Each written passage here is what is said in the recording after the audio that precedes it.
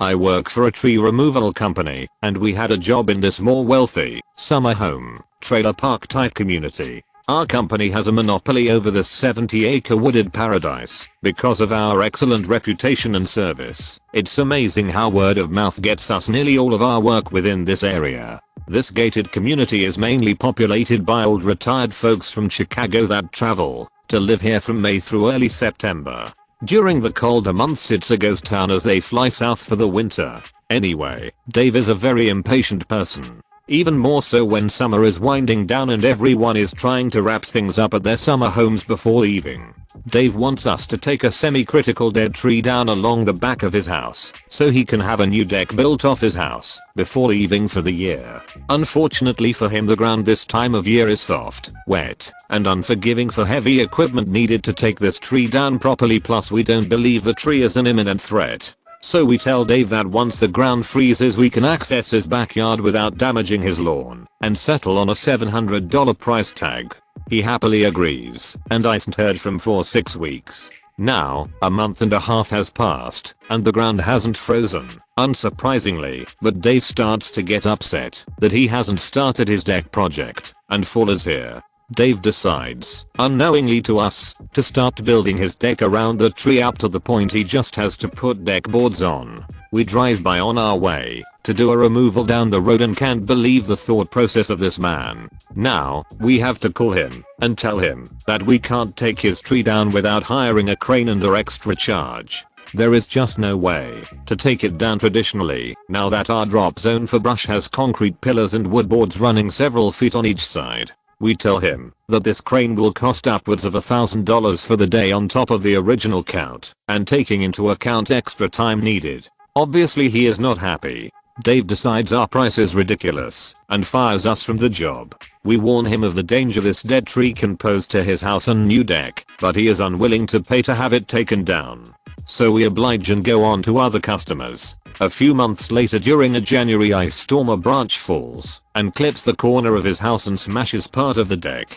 We happily came across this while on our way to another job. We send him pictures and warn him of the potential damage if more branches were to break off. He has no choice but to have us take the tree down out of fear of future damage. A job that would have cost him $700 and took us 3 hours now was a $2,000 job and 8 hours of work.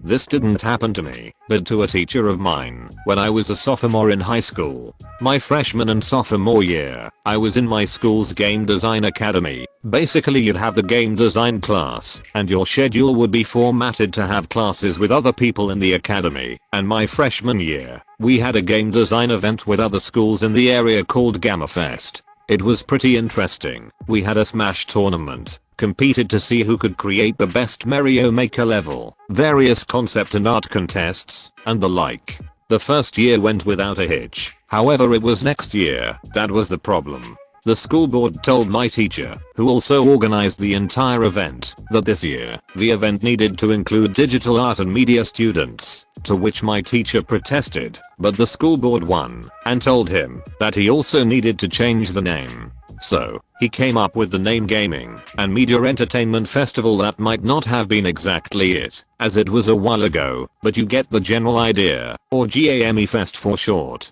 The board wasn't happy about it, but they were forced to take it as it described the event perfectly. Backstory. When I was first starting out as a teacher, I started at a large school in a really rural area. Our school was in the middle of 5 decent sized towns and the kids were busting from all over those areas. We had a really hard time hiring people because no one wanted to live in the middle of nowhere and no one really wanted to make a long drive either. Teachers always tried to take up the slack whenever a department was lacking. I've served lunches to students and been an art teacher. This particular time I was helping out the custodian, vacuuming offices, taking out the trash, etc. This is my least favorite job because I'm not built for manual labor. I'm more of a popcorn and Netflix kinda guy. We said goodbye to a great principal and in came a new guy, the jerk. He wanted to revolutionize our school by running every department like he owned it. He took on a lot of extra stuff that was unnecessary just so he could take it away from teachers. After a year of him being there, I was still scheduling teacher vacations as a point of contact until he realized it and came into the break room, slammed his hand down on my table and said, "You are never to do another task outside your job description." He made me read the job description in front of other teachers. So I complied. At night when the custodian came in, I let him do his normal work. When it came to my half, I said, "Your stuff is all done. Go ahead and go home." After a week of this, the principal stopped by to ask me to remind the janitor to vacuum because the carpet was getting gross and his trash is piling up. The next week, I did the same thing. I sent the janitor home whenever his part was done. Once again, he came storming in. "Have you been telling the custodian to vacuum my room and take out the trash?" I walked over to my desk, grabbed the job description, and started reading it without saying a word. I said, "I'm so sorry, sir. I don't see that line in my job description." He stormed off. I found out that he was bringing me before the deacons. It's like a school board, but is made up of church members for private schools. I showed them the job description and told them how the problems came about. Pretty soon, none of the other teachers could hold it in either and spoke up about the problems. The board said that they were only going to suspend me for 2 days due to blatancy of insubordination. Another teacher stood up and said that if I was suspended, that no teacher would ever do extra side work to keep the school going when we were having troubles hiring people. They agreed to that. 2 months later, the board called us all back and offered us raises and contracts to fulfill our former duties. During those 2 months, 41 activities or events had to be cancelled due to lack of teacher involvement. The principal decided to move on to another school because he didn't want to work somewhere where teachers ran the school. My girlfriend, now wife, and I moved to a new city together. I brought my job with me, but she didn't. So after the move, I dug back into my work while she unpacked and settled us into the apartment. This created a problem for me. When I unloaded the dishwasher, she had carefully organized the kitchen, and the easy stuff, bowls, cups, cutlery, was easy. But what about a pizza cutter, or a meat thermometer, or a turkey baster? I had no idea where these odds and ends lived, and I didn't want to mess up her system, so I left them on the counter so that she could stir them properly. After a few weeks, she got tired of having to finish the job for me, so she said, "It doesn't matter where they go, just put them away somewhere." Yes, dear. And that's why, a few days later, she found a spatula in her sock drawer.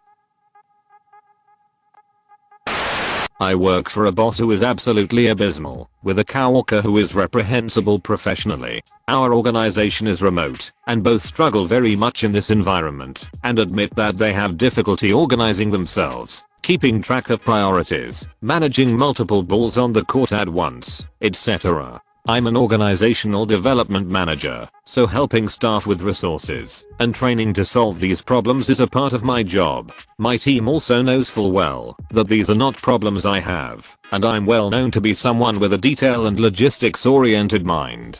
So, a few months back, my boss asked me to source a project management tool and get it all set up so that we could keep track of our work better. This was all fairly straightforward and simple on my end, though I did expend time and effort programming the whole thing with the team in mind, how they work, what they work on, how we like to report out progress, etc., and creating some automations and integrations that make using this tool super simple, quick, and dummy proof. One of the boards I built for the team is one to track tickets, requests from other staff and vendors that come in, since these were an area where the team struggled to stay on the same page and get things done on time. Over time, my boss in particular has used this board to manually add tickets, things that were not requested by anyone, things that are just part of our everyday jobs, things that she just wanted to see done, often things that we were all already working on or had already completed.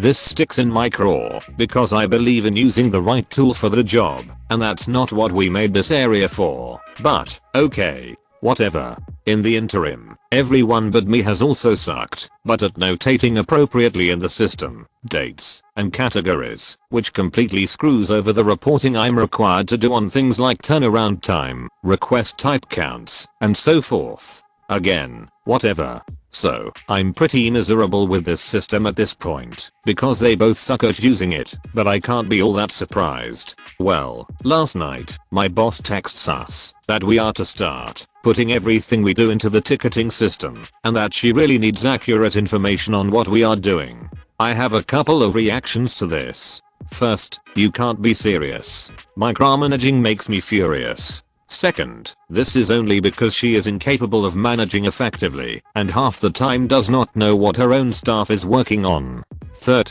this is not what I built this for. Lastly, I have an educated suspicion that this comes as a result of recent downsizing org-wide, which included our department. The international brand of our company cannot handle how much our department costs, and they are eager to slash it, and looking for justification, and so forth by examining our output, and she is desperate to prove we are worth our salaries. Most notably, hers, which is 50% greater than the next highest in the entire US branch and more than double the next highest on her team. It is in the six figures. We are an hour team. I'm incredibly annoyed by this new policy, but I'm also interviewing heavily elsewhere, and hoping to be gone by December anyway, and really enjoying plotting ways to make her and my coworkers' lives miserable. So, okay, I'll log every single thing. New logs send alerts to their emails and their phones. Last night alone, I logged 45 tasks. Did I send cards to staff who won team awards? Yep, and you better bet I logged every single card for each of 10 staff separately. I also do work for another division that boss and coworker often ignore because it does not relate to them. Did I log every single minute task I did for that division that they will not care to know? Oh, hell yes. And the best part is that this type of granular detail is something they fully believe is part of my personality, because this is what they imagine efficient work looks like, because they are idiots who do not understand efficacy, so it all seems completely innocent on my part. This has all gone even better than I planned. I had hoped to just annoy them, my boss especially, as the person who deigned to implement such a policy. Late this morning, we had a snarky, passive-aggressive text from coworker asking for clarification of what constituted a ticket, in clear response to the fact that I had taken the logic of this policy to the point of utter absurdity. This alone pleased me, because it proved my point, but what was better was that when I played dumb, I just thought I would put everything to be safe. My boss showered me with effing praise. I had hoped to annoy her, but it turns out to be even more satisfying to annoy the crap out of my coworker and be rewarded for it in front of her. While my boss, if annoyed, could have told me to stop, my coworker has no recourse but to send snarky text messages. My heart sang. I'm going to enjoy the hell out of this for at least the rest of the week, or, if the universe shines upon me, for the next 2 to 3 weeks until leaving for a new, much less ridiculous job. Thank you for watching. If you enjoyed this video, a like and a comment would mean a lot in YouTube's world. Share with us if you would have done things differently, and don't forget to support the original authors with an upvote. Links are in the description. Peace out, and catch you tomorrow.